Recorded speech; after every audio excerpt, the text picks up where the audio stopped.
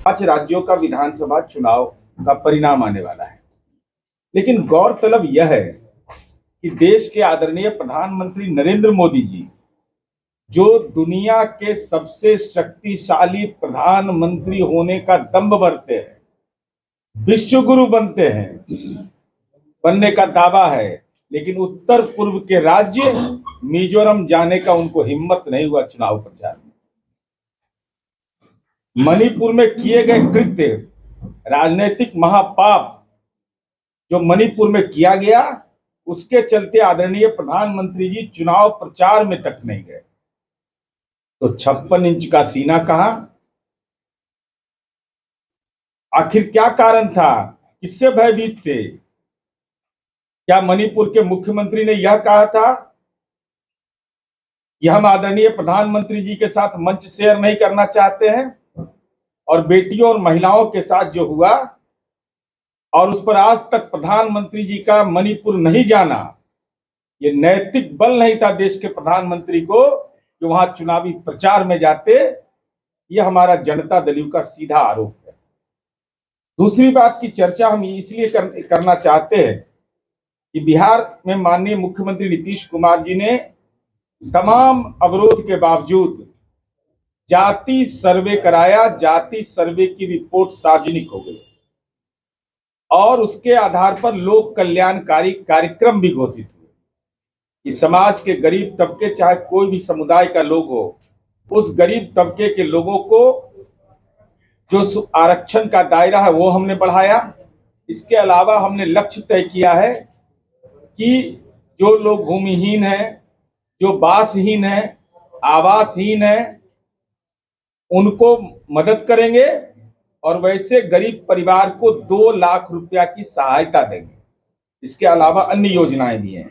हम भारतीय जनता पार्टी से यह जानना चाहते हैं आपके माध्यम से कि भाजपा शासित प्रदेश में आखिर क्या कारण है कि भाजपा शासित प्रदेश में लक्षद्वीप, मेघालय, मिजोरम और नागालैंड में ओबीसी को भी आरक्षण की सुविधा नहीं, और 10% का जो आरक्षण दिया गया, जो संवैधानिक हक है, संविधान में संशोधन हुआ, माननीय सर्वोच्च न्यायालय ने सहमति दिया।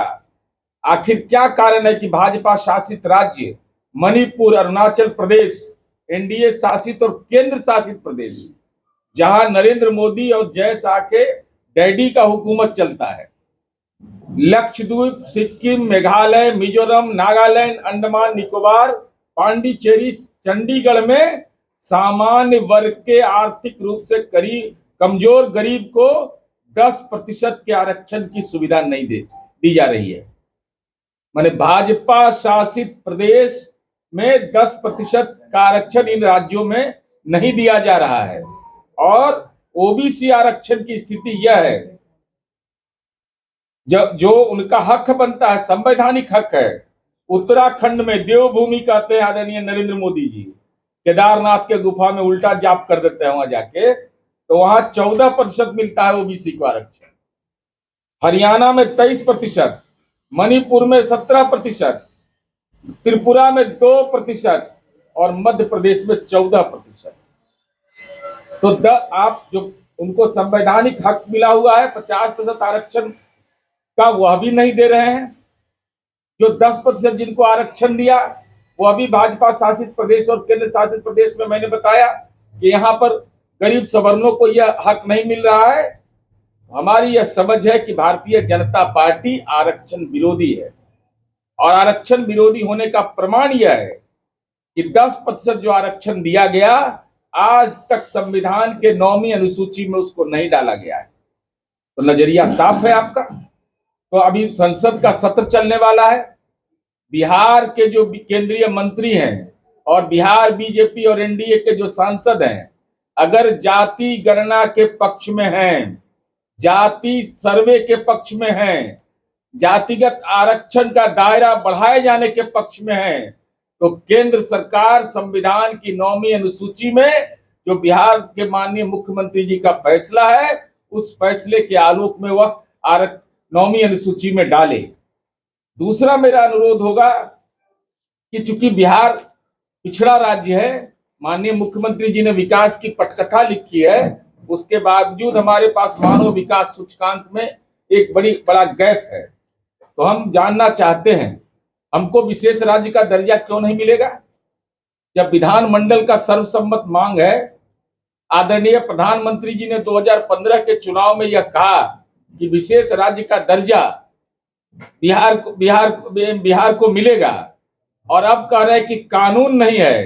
तो हम आदरणीय नरेंद्र मोदी जी आपसे यह जानना चाहते हैं कि गुजरात मॉडल पर तो आपने वोट मांगा था, तो गुजरात के अमरेली, भावनगर, जामनगर, जूनागढ़, कच्छ, पोरबंदर, राजकोट, सुरेंद्रनगर, गिरसोनाथ को आज भी विशेष दर्जा क्यों कायम है? महाराष्ट्र में आप विदर्भ और मराठावाड़ा को यह सुविधा प्राप्त है, तो बिहार को यह सुविधा क्यों नहीं मिलेगी? बिहार ने कौन सा ऐसा गुनाह किया है कि बिहार को यह हक नहीं मिलेगा?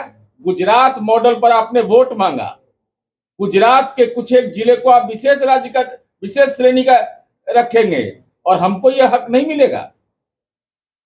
तो हम आपके माध्यम से भारतीय जनता पार्टी के तथा कथित नेताओं से, जो हिंदू सनातनी है, उनसे हम कहना चाहते हैं कि हिंदू धर्म के लोग भी निवास करते हैं बिहार में, पूजा पाठ भी करते हैं, तो बिहार गुजरात को मिलेगा कुछ एक जिले को, महाराष्ट्र के कुछ एक जिले को विशेष श्रेणी का दर्जा मिलेगा और बिहार को विशेष राज्य का दर्जा नहीं मिलेगा। आखिर बिहार का गुनाह क्या है? इसलिए हमको उम्मीद है कि जाति सर्वे का श्रेय तो आप कहते हैं कि हम भी ले रहे हैं, जाति जनगणना हम कराए हैं, हमारी भी सहमति है, तो संविधान की 9वीं अनुसूची में डलवाओ, और जो गरीब तबके के लोग को, जो माननीय मुख्यमंत्री जी की परिकल्पना है कि सबको घर देंगे, 2 लाख रुपया नगद देंगे उनके जीवन दशा के लिए, वो 15 लाख वाला नहीं, जुमलेबाजी वाला नहीं, जो कहेंगे तो करेंगे। तो हम उम्मीद करेंगे कि केंद्र सरकार अभी संसद के विशेष सत्र में इस पर विशेष पहल करे। अगर भाजपा के मंत्री बिहार कोटे के और भाजपा के सांसद अगर संविधान के 9वीं अनुसूची में डालने की पहल नहीं करेंगे और उसके समर्थन में नहीं खड़े होंगे, तो हम सीधा तौर पर बिहार की जनता तब निर्णय लेगी कि इनकी राजनीतिक घेराबंदी कैसे की जाए, कि 10% आरक्षण दिया, वह भी 9वीं अनुसूची में नहीं, जिन आरक्षण का दायरा बढ़ाया उसको 9वीं अनुसूची में नहीं, खाता है सावन में मुर्गा, गलत बात बोल रहा है। महाशिवरात्रि की भी छुट्टी है, यह जानिए, महाशिवरात्रि, बसंत पंचमी, भैया दूज सब की छुट्टी है। आई चुट्टा कमंडल त्रिशूल का सरकार है उत्तर प्रदेश में, ये जान जाइए। वहां सूर्योदय होता है, सूर्यास्त नहीं होता है। वहां छठ का 1 दिन का छुट्टी, छठ का 1 दिन का छुट्टी, हम 3 दिन का छुट्टी दे रहे हैं। सबे बारात की भी छुट्टी हमने घटाया है, जुम्मे की अंतिम नमाज की छुट्टी भी हमने खत्म की है, और दूसरे तरफ हम चूंकि 220 दिन शिक्षा के अधिकार अधिनियम के तहत चलाना है, धर्म के आधार पर भेदभाव नहीं किया है इसमें। हम भारतीय जनता पार्टी से जानना चाहते हैं, हे सनातनी, कृपा करके बताइए कि संस्कृत विद्यालयों के लिए और महाविद्यालय के लिए आपने आज तक क्या किया है? केंद्र सरकार 1 रुपये का अनुदान दी है, 1 रुपया का। और आपको यह भी बता देते हैं कि अब कोई जाति और धर्म के आधार पर विद्यालय में नहीं पढ़ते हैं। शिक्षा के अधिकार अधिनियम का उल्लंघन हो रहा है।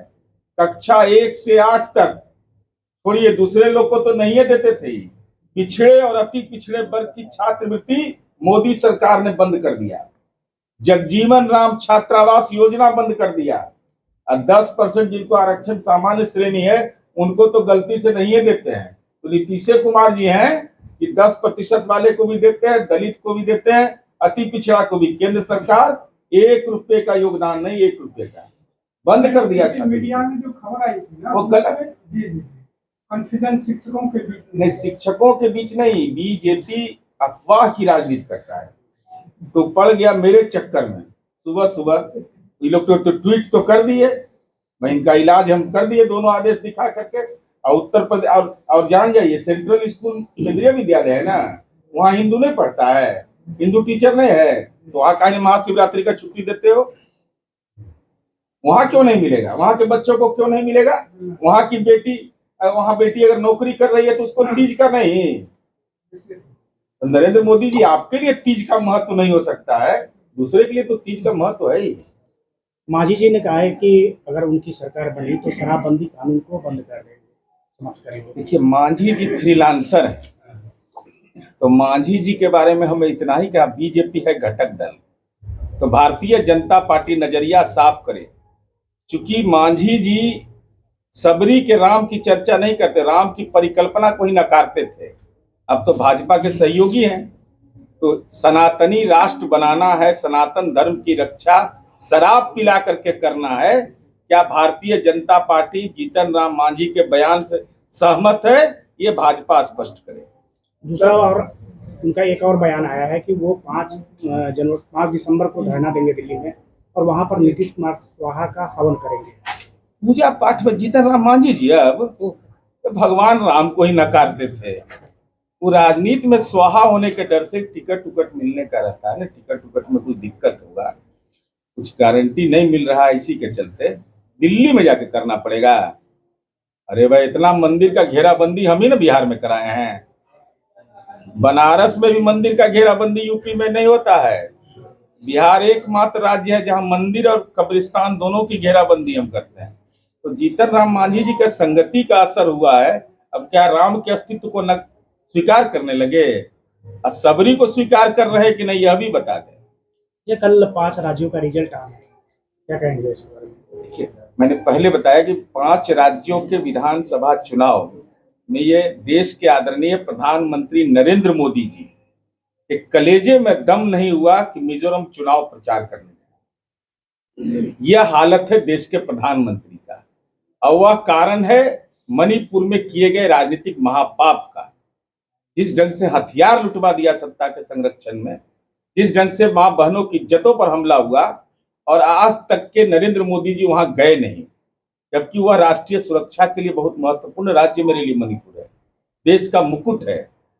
तो जो हवा भी चल रही है उसके हिसाब से यह लगता है कि तेलंगाना में तो बोनी नहीं होना चाहिए इनका, विश्व की सबसे बड़ी पार्टी है। दूसरा, हमको यह लगता है कि मोदी मैजिक का असर खत्म है। मोदी मैजिक के नेतृत्व, चूंकि मोदी जी के नेतृत्व में चुनाव हो रहा है, इसलिए यह मत कल कहिएगा भाजपा कहे इस राज्य में हार गए स्थानीय कारण से। नहीं नहीं, आदरणीय नरेंद्र मोदी जी के नेतृत्व में, चूंकि बाकी सारे नेता राजनीतिक बीपीएल वहां हैं, कोई भूमिका उन लोगों की नहीं है। राज्य के मुख्यमंत्री रहे, देश के रक्षा मंत्री रहे, किसी का नहीं। मोदी शाह के नेतृत्व में चुनाव हो रहा है। तो हमारी समझ है मोदी मैजिक खत्म है। 5 राज्यों के चुनाव परिणाम आने के बाद देश की सियासत में यह संविधान विरोधी जो सरकार है, हर वर्ग को जिसने छलने का काम किया है, इंडिया गठबंधन के लिए वह सकारात्मक होगा। तो बिहार की राजनीति पर क्या असर पड़ेगा इससे रिजल्ट का? तो बिहार तो रास्ता ही दिखाया। बिहार तो महागठबंधन बना के इंडिया गठबंधन हमने हमारे मेहनत से सफल हुआ है। इंडिया गठबंधन आकार रूप लिया हुआ और मजबूत होगा, और बिहार से ही दिल्ली का रास्ता तय होता है। कांग्रेस पार्टी के राष्ट्रीय अध्यक्ष मल्लिकार्जुन खड़गे साहब ने बयान दिया था इंडिया गठबंधन की जो बैठक मुंबई में हुआ था। उन्होंने कहा था कि क्षेत्रीय स्तर पर राजनीतिक प्रतिस्पर्धा है, उसका समाधान कर लिया जाएगा। हमारा मुख्य उद्देश्य 2024, और माननीय मुख्यमंत्री जी ने सीपीआई की रैली में सार्वजनिक रूप से अपनी चिंता व्यक्त कर दी है कि इंडिया गठबंधन को जल्दी से जल्दी पहल करना चाहिए, और हमारी पार्टी की साफ समझ है कि हर एक सीट पर सीधा मुकाबला के हम पक्षधर।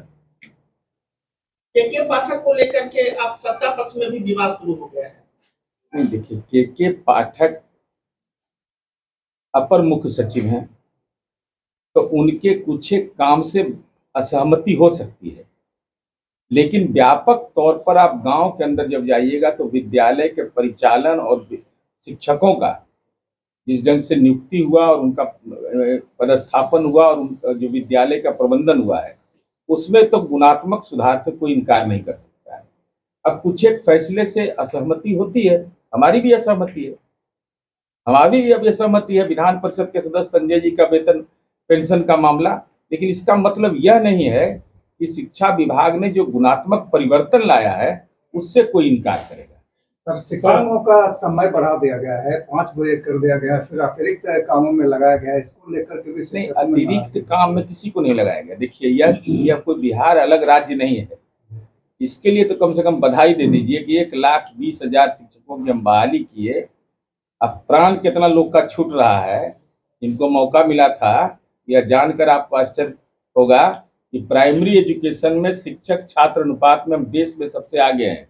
और यह जानकर आपको हैरत होगी कि केंद्र की मोदी सरकार ने यह फरमान जारी किया कि सीमित संख्या के बाद अगर शिक्षकों की बहाली आप करेंगे तो आप जिम्मेवार होंगे, जबकि शिक्षा संविधान के समवर्ती सूची में है।